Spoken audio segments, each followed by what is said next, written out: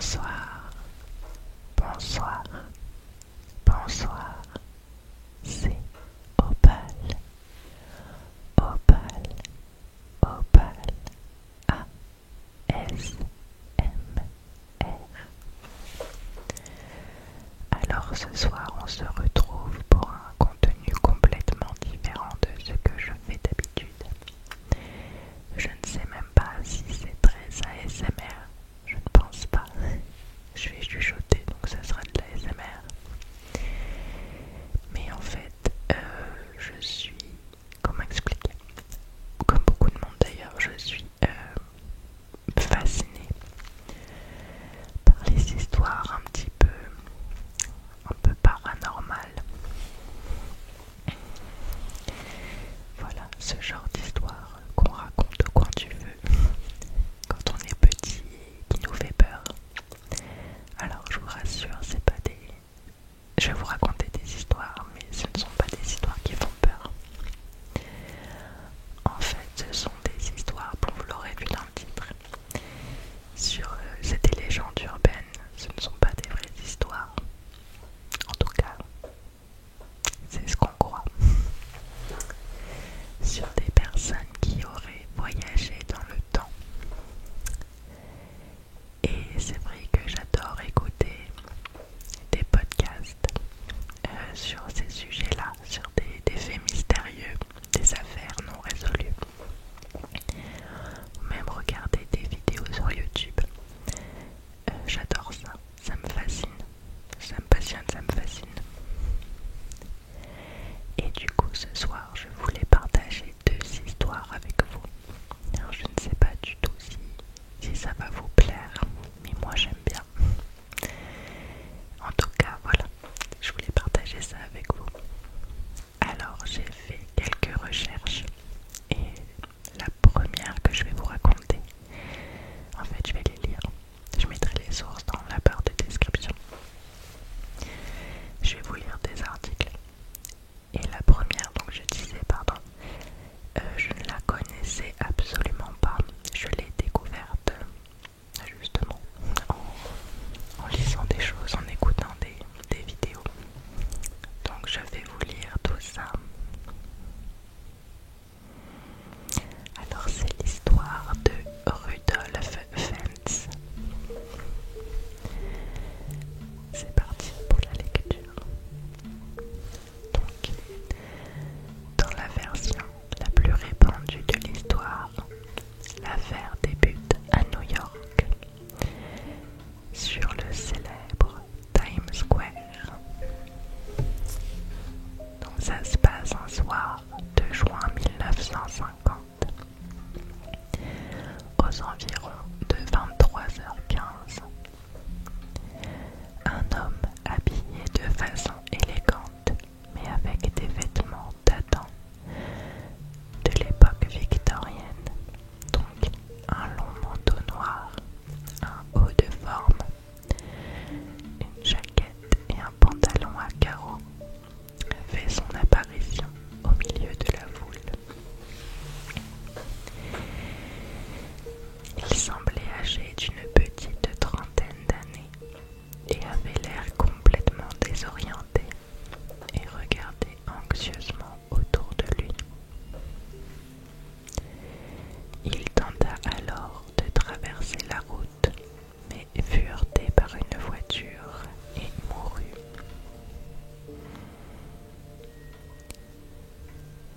Donc une fois qu'ils ont transporté le corps à la morgue, ils ont listé ses affaires personnelles et ils ont trouvé une pièce de bronze, la note pour le logement d'un cheval et l'entretien d'un chariot,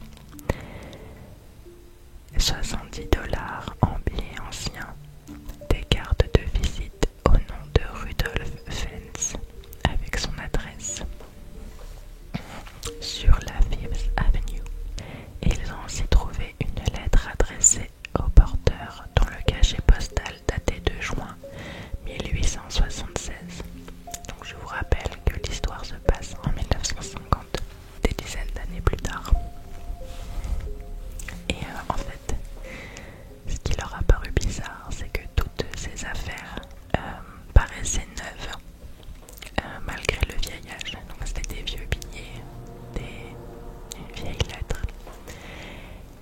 paraissait neuf. Et donc c'est le capitaine Hubert Riem qui était chargé des enquêtes sur les personnes disparues à New York à l'époque, qui a mené l'investigation sur cette affaire, et surtout pour éclaircir l'identité de la personne décédée. Et il a retrouvé l'adresse sur la Fifth Avenue, mais les propriétaires du magasin en question n'avaient jamais entendu parler de Rudolph Fentz. Le capitaine Hubert Riem se heurte alors à l'absence totale d'informations sur le personnage. Rudolph Fentz n'apparaît dans aucun annuaire téléphonique. Ses empreintes ne sont pas répertoriées. Et il n'y a absolument aucune trace de lui conservée dans les registres médicaux. Donc en gros, cette personne est inexistante. Le capitaine Riem cherche alors parmi les comédiens, pensant que Rudolph Fentz portait un costume. Puisque je vous le rappelle, il était habillé avec des vêtements très très vieux, qui avaient donc des dizaines d'années. Puis ensuite, partant du constat que le nom était allemand, il enquête auprès des services de l'immigration et des ambassades d'Allemagne, de Suisse et d'Autriche. Mais il n'y a aucune piste qui va aboutir. On ne sait toujours pas qui est Rudolph Fentz.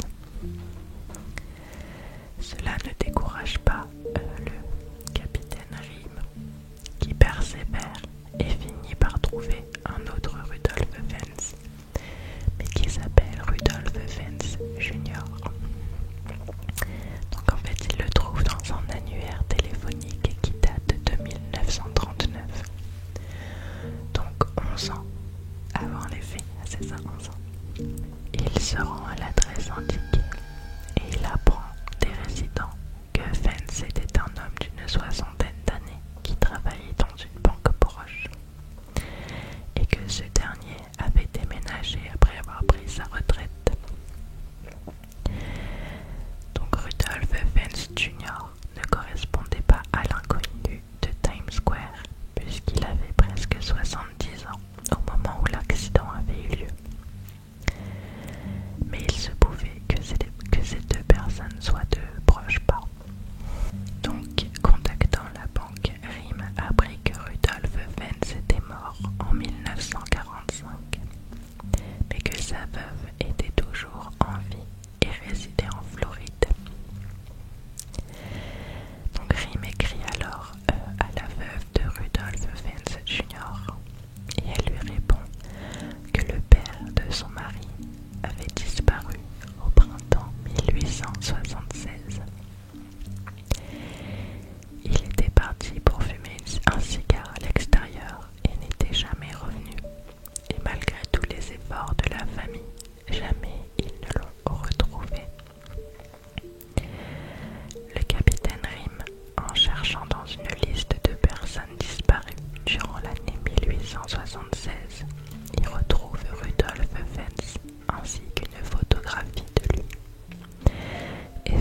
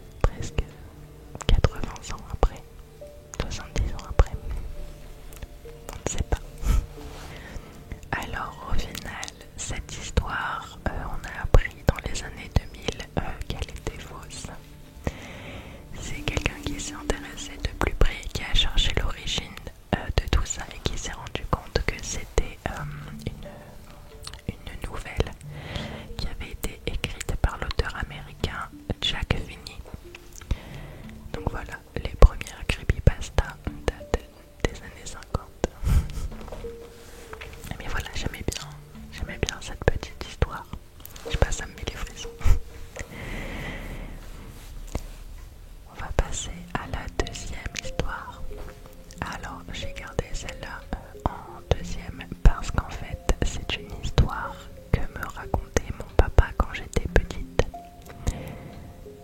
Je ne sais pas pourquoi il me racontait ça. J'étais petite quand même. Et en fait c'est une histoire qu'il avait entendue à la radio dans les années 70 et qui l'avait beaucoup marqué. Et moi je sais que depuis petite cette histoire m'a beaucoup marqué également. Et en fait en écoutant un podcast l'année dernière je crois,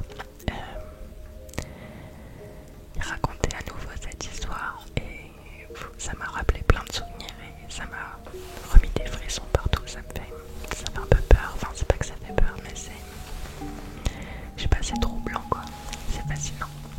Et du coup je vais vous la lire, alors peut-être que vous la connaissez déjà. Cette fois-ci ça se passe à Paris en France. Alors, donc cette histoire se passe en juin 1925 dans le jardin de Luxembourg à Paris. Donc il y a un étudiant en médecine qui s'appelle Jean Romier qui est en train de réviser ses cours. Il a 24 ans. Et il y a un vieillard qui, en redingote, qui vient s'asseoir à côté de lui et qui commence à engager la conversation avec lui. Et il se met à parler de Mozart. Et en fait, Jean Romier est passionné de musique classique et notamment de Mozart. Et assez rapidement, le vieillard va lui proposer, je cite, « Venez donc chez moi vendredi soir à 9h, j'organise un petit concert de musique de chambre avec mes amis. Nous jouerons les quatuors avec flûte de Mozart. » L'étudiant accepte parce qu'en fait les concerts coûtent cher et il se dit que c'est l'occasion d'entendre de la musique qu'il aime gratuitement et de passer une bonne soirée. Donc le vieillard se lève et lui donne son nom, son adresse. Donc il s'appelle Alphonse Berruyer et il vit rue de Vaugirard, 3e gauche. Le vendredi 5 juin, à l'heure indiquée, donc 9h, Jean Romier sonne à la porte du vieillard qu'il a rencontré, de Alphonse Berruyer. Et il passe la soirée là-bas en compagnie de Berruyer, de sa famille et de ses amis. Par contre, il a quelque chose qui l'étonne un petit peu quand il arrive, c'est que ça paraît être une famille assez riche, mais ils éclairent encore au gaz. Et en fait, il se rend compte qu'ils sont tous habillés à la mode du siècle dernier.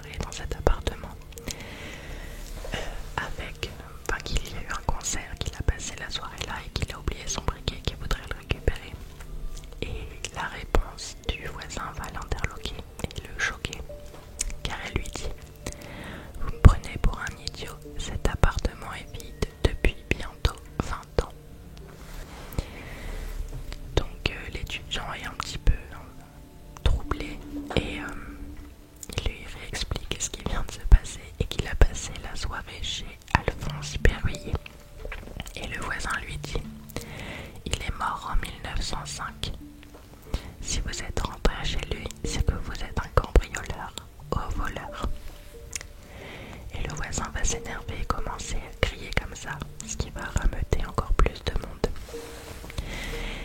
Et jusque-là, Jean Romier pensait que ce voisin était fou. Mais l'histoire va être confirmée en fait par les autres voisins qui vivent autour. Et du coup, ils vont appeler la police parce qu'ils pensent que c'est un cambrioleur qui est en train de s'introduire dans leur immeuble. Et donc Jean Romier, qui vient juste de passer une soirée là, se retrouve au poste à être interrogé par les policiers. Mais heureusement, la police appelle ses parents qui vont confirmer qu'il n'a aucun problème de santé mentale et que c'est une personne bien. Et du coup, il va être relâché. Mais le lendemain, le policier le ramène sur le lieu. Et donc, ils sont rejoints par le propriétaire qui s'appelle Monsieur Mauger et qui a eu cet appartement en héritage plusieurs années auparavant. Et en fait, quand il rentre, Jean Romier est complètement choqué parce que l'appartement est exactement comme dans ses souvenirs. Donc c'est-à-dire que le moindre petit objet, le moindre petit bibelot, c'est exactement comme dans ses souvenirs. Tout était tel quel, sauf qu'il y avait une énorme couche de poussière, comme si personne n'avait habité les lieux depuis des années. Et en fait, ils vont le faire avancer et avant même qu'il rentre dans une pièce, il va pouvoir la décrire aux policiers et aux propriétaires en disant bah voilà, à tel endroit il y a tel meuble, il y a tel objet. Et quand il rentre dans la pièce, c'est le cas. Donc le policier et le propriétaire sont un peu troublés, ils se demandent comment il sait tout ça. Et en entrant dans une salle, il y a un tableau accroché au mur et Jean Romier se reconnaît Alphonse Péruyer, donc l'homme qu'il a invité la veille. Et le propriétaire confirme qu'il s'agit de son arrière-arrière-grand-père. Et sur des photos encadrées dans l'appartement, l'étudiant identifie aussi le jeune Marcel qui avait son âge et qui faisait des études de droit, et le jeune André qui préparait Naval. Et le propriétaire en fait est complètement choqué parce qu'il s'agit de ses grands-oncles et qu'effectivement il y avait même un troisième je crois dans l'histoire qui était séminaire. Et en fait sur les trois personnages, il y en a un qui est devenu je crois avocat, qui faisait du droit, il y en a un qui faisait le séminaire, qui était devenu missionnaire dans des pays étrangers, et le troisième qui préparait Naval. Je ne sais plus ce que c'est, mais ça concordait. Et donc le propriétaire se demande comment il peut savoir tout ça. Et d'un coup il se souvient que son grand-père, donc le fils de Monsieur Péruyer, lui racontait que son père organisait très souvent des concerts privés dans cet appartement. Et lui-même avait oublié ce détail, donc il se demande comment un inconnu comme Jean Romier peut connaître ces soirées-là. Il peut connaître autant de détails sur sa famille. Et c'est alors que le commissaire demande à Jean Romier pourquoi est-ce qu'il a voulu revenir aussi vite dans l'appartement après avoir quitté la soirée. Et Jean Romier lui explique qu'il a oublié son briquet et qu'il voulait le récupérer. Et donc en arrivant dans le bureau bibliothèque, Jean Romier se dirige vers un meuble où il avait laissé son briquet. Et là, ils se rendent compte tous les trois qu'il y a effectivement le briquet de Jean Romier, sauf qu'il est recouvert d'une énorme couche de poussière. Voilà, c'est terminé pour cette histoire. Ça me fait peur. Voilà, moi c'est une histoire que j'entends depuis que je suis toute petite. Je demandais tout le temps à mon père de me la raconter encore et encore. Ça me faisait trop peur. Et par contre pour cette histoire, je crois, je ne suis pas sûre, il faudrait vérifier, que c'est vraiment une affaire non résolue. Je ne suis pas sûre, il y en a qui disent que